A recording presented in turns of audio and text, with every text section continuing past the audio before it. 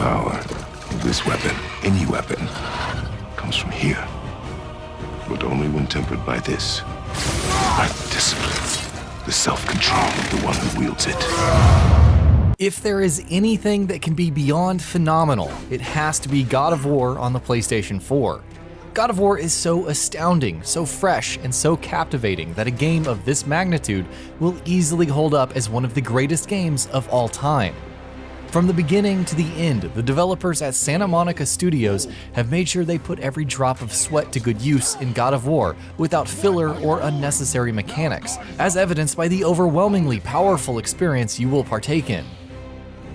God of War is a giant among the likes of The Legend of Zelda Breath of the Wild, Horizon Zero Dawn, and Uncharted 4, and it's undeniable that their best elements were pieced together into God of War with such precision and finesse that all other third-person action, adventure, hack-and-slash games will be judged by its merit for years to come.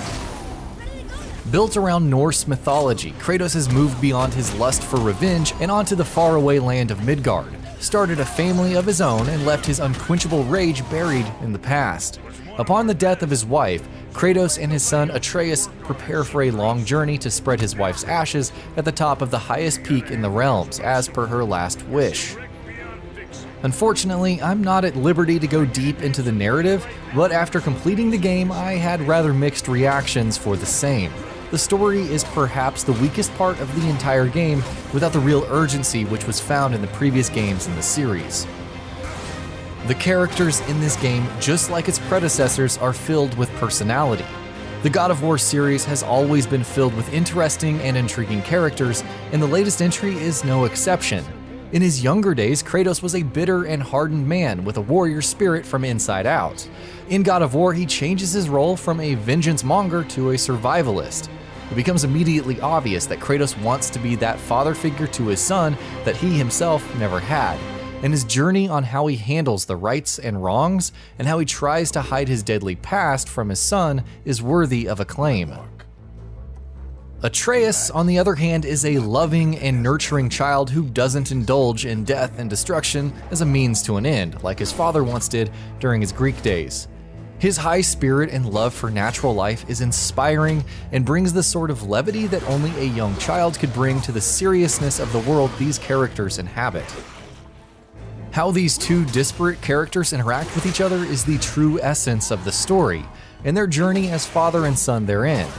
Moments of Atreus' folly leveled out by Kratos' determination to inset solemnness and the utmost serious of mind before and through every situation is the life of the entire experience.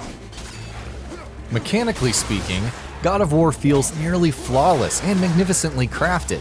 For a series that relishes on theatricality, Kratos and company have taken a surprising step back to a more grounded reality. The story is set to a more somber theme of personal loss and at the same time survival, and that shift in tone is reflected in the way that the game plays. That means that the game begins really slow, but ramps up as you progress further and acquire new items and abilities. For the most part, God of War has a very linear feel to its environments, despite being open-ended in nature. It still has that process of going from point A to point B, but the level design gives off a much tighter and more controlled feel, which isn't necessarily a bad thing. And yes, Kratos cannot jump, but it doesn't really matter, because about an hour into the game, you'll have completely forgotten about not being able to jump all over the place like a maniac, and will instead be exploring the breathtaking world on display. The land of Midgard is spellbindingly brilliant. Where the original trilogy was carpeted in the bleakness of death and draped in crimson blood, Midgard is rich in colors and, dare I say, full of life, with evergreen forests teeming with wild animals, flowers, and butterflies. It's true, God of War doesn't appear to be a sequel in a series dealing in the realms of a nightmarish hell, at least not initially. Instead, it gives the player a breather and something new and totally unexpected with a world of lively beauty. There are still some locations that look and feel similar to those that the fans of the series would be more familiar with, but they are fewer and farther between. Instead, you get a world that feels lived in, as though people were actually here and they cared about this place as their home. What parts of Midgard are open lead to hidden alcoves or secret paths, or even the introduction of new fetch-style side quests that are always dying to be explored for more gruesome fights, treasures, collectibles, or coins. These kinds of quests, although quite generic in nature, at times can result in interesting possibilities, such as optional boss fights. There are a bunch of these scattered around the world and can easily increase your playtime by another 5 to 6 hours, and if anything, these help with the pacing of the game immensely. These quests aren't the epitome of storytelling by any means, but some of them made me chuckle, so I guess there's that. Overall, I found them to be a nice distraction from the hard-hitting campaign quests that Kratos undertakes with his son. Kratos and Atreus aren't your average video game duo. The Herculean man wields the power of the Leviathan axe, and his son a bow and arrow set. For those who have played the God of War series in the past, you'll get that immediate feel the battle system has to offer, but you'll also notice that it's more well-rounded and more refined than ever before. God of War does away with the combo counter. You won't be adding combination counts for each successful hit you land. Instead, you'll gain follow-up attacks that become more vicious the further your combined attacks connect.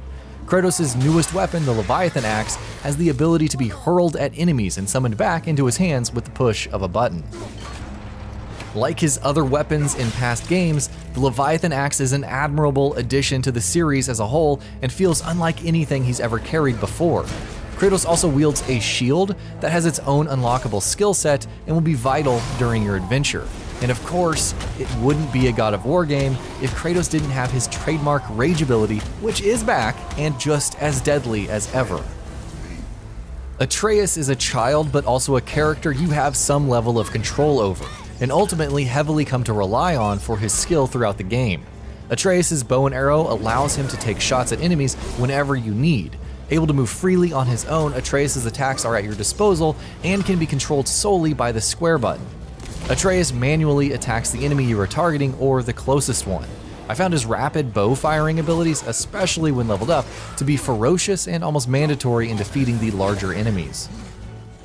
Where my skills sometimes failed me, I could simply use Atreus and his varied skills to get me out of a tight spot or just button mash his bow ability to defeat enemies whole.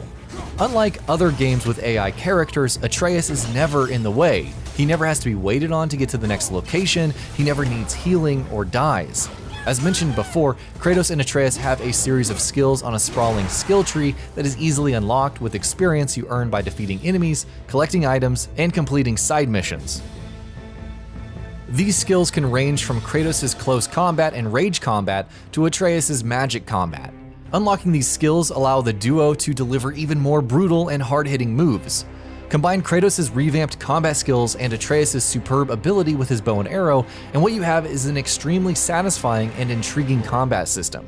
If you have any doubts that the change in the camera would have made the combat jarring, then you should lay those concerns to rest. Crafting is also introduced into the series, and its core system is extremely well implemented. With tons of items to find, you can upgrade existing equipment or create new items that appear at the workshops throughout the game. Kratos now has the ability to attach different armors to his body to help boost his stats as well. Chest armor, wrist, and waist armor boost one of several stats that include strength, defense, runes, and cooldown. Each piece of armor has different advantages that play into certain stats. Runes are also a new addition to the series that enhance combat drastically. Runes can be added to sockets on certain gear for Kratos and have different abilities that can boost elemental defense or add magical attacks. Atreus also has runes, but those are centered on specialized summons, such as animal attacks that come in very handy. Of course, your playstyle will determine what runes work best for you, but just as it is with Kratos himself, the variety of options on offer is impressive. The system generated so much curiosity for me that I found myself consistently returning back to the workshop to check what items can be crafted. It's that good. Taking a more grounded approach to the world and its elements, enemies within God of War are uniquely different yet still spectacularly diverse. With so many enemies throughout Midgard, attacks vary from beast to beast. Most enemies have 3 different approaches: regular attacks, blockable, and unblockable attacks. Enemies also have different difficulties based on colored bars above their heads that will help you determine if the fight is going to be worth that little treasure chest behind its back. Believe me, it's always worth it. Of course, there are more than just your average run-of-the-mill type enemies. It wouldn't be a God of War game without massive boss battles taking place on larger-than-life landscapes that spread out farther than your television can display. Boss battles are just as exhilarating as ever, and each feels completely different than the last. This game is easily right up there for featuring the best boss battles in the entire series.